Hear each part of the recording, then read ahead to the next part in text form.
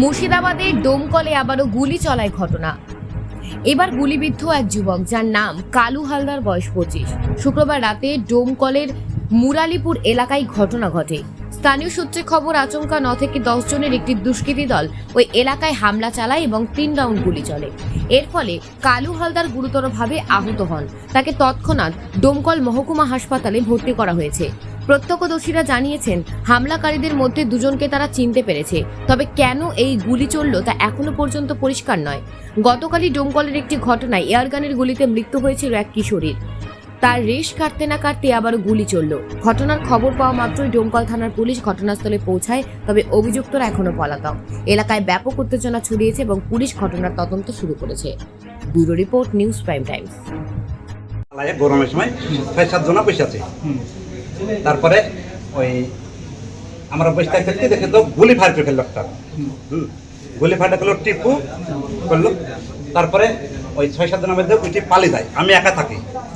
যে সালাম কানা বলছে, ওই সালাম আমার হাতে, আমি গাড়ি নিয়ে চলে আসে। তো আমরা যাই, গাড়ি লিয়ে আসিনি। তা নাম মনে হয় তোর গাড়ি না, তোর বাপের গাড়ি না, তো আমার গাড়ি। আমাকে ছেড়ে দিল। ছাড়ার পর আবার আর একটা গুলি করলো। 3 রাউন্ড গুলি হয়েছে। গুলিটা কে করেছে? টিপু সালাম। কিসের কারণে? এমনি আজকে কোনো ঝামেলা নাই, গন্ডগোল নাই, কিচ্ছু নাই, এমনি এমনি এমনি এমনি। কাকে গুলি করেছে? ওই এই কালু হালদার। আগে কে কোনো রাগটা? না না না, এইসব ছেলেপিলে ভালো মানুষ। তাহলে আজগবি মেরে দিল। আমরা বসে আছি। আজগবি কোন জায়গায় গুলি লেগেছে? গোলটা লেগেছে। কোনো কিছু নিয়ে তর্ক বিতর্ক? না না না না, কোনো তর্ক বিতর্ক নাই।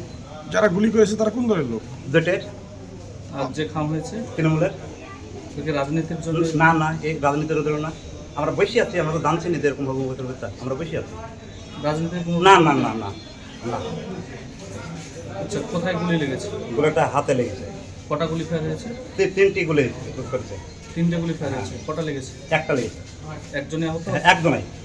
কি নাম আপনার? আমার নাম টিআর আলী মন্ডল। যে খাম হয়েছে তার নাম? কালু হালদার।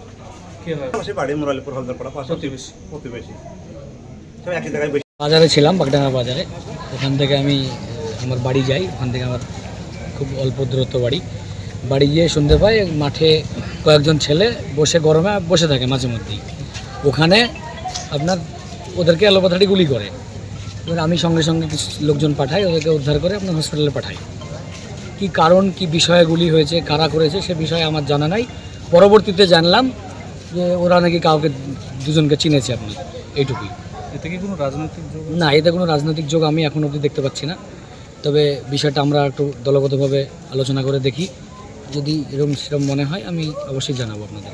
যিনি গুলিবিদ্ধ হয়েছেন সে তো বলছে যে কি কারণে মেরেছে, কেন মেরেছে কোনো কিছুই আমি জানি না। আচ্ছা, আপনাদের যিনি গুলিবিদ্ধ হয়েছেন তিনি, তার নাম কি আমি জানি না, হালদার। তো সেই ছেলেটা খুবই নিরীহ মানুষ। তো তাকে কেন গুলি করা হলো, কি উদ্দেশ্য সেটা আমার জানা নাই। এলোপাথারি গুলি হয়েছে, 3-4 রাউন্ড নাকি গুলি হয়েছে। সেটাই প্রশ্ন একটা, যে সাধারণ মানুষ অর্থাৎ নিরীহ ছেলে, তাকে গুলি মারছে, কোনো কারণই দেখা যাচ্ছে না। আচ্ছা, সেরকম কিছু কারণ আমি বুঝলাম না। ওখানে 3-4টে বাইক ছিল এদের, যারা বসেছিল।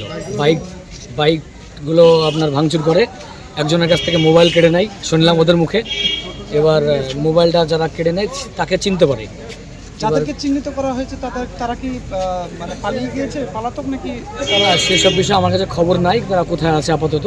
আমি সঙ্গে সঙ্গে ওদেরকে তুলে নিয়ে আমি হসপিটালে চলে এসেছি। আপনার ফাঁকার মধ্যে কি তাহলে মোবাইল চোরাই করতে পারে? মোবাইল চুরির বিষয়টা হবে না, এত ছোট বিষয় এখানে হবে না। যেহেতু 3-4 রাউন্ড গুলি ফায়ার হয়েছে, একটা মোবাইলের জন্য নিশ্চিতভাবে যাবে না তারা, এটাই ব্যাপার।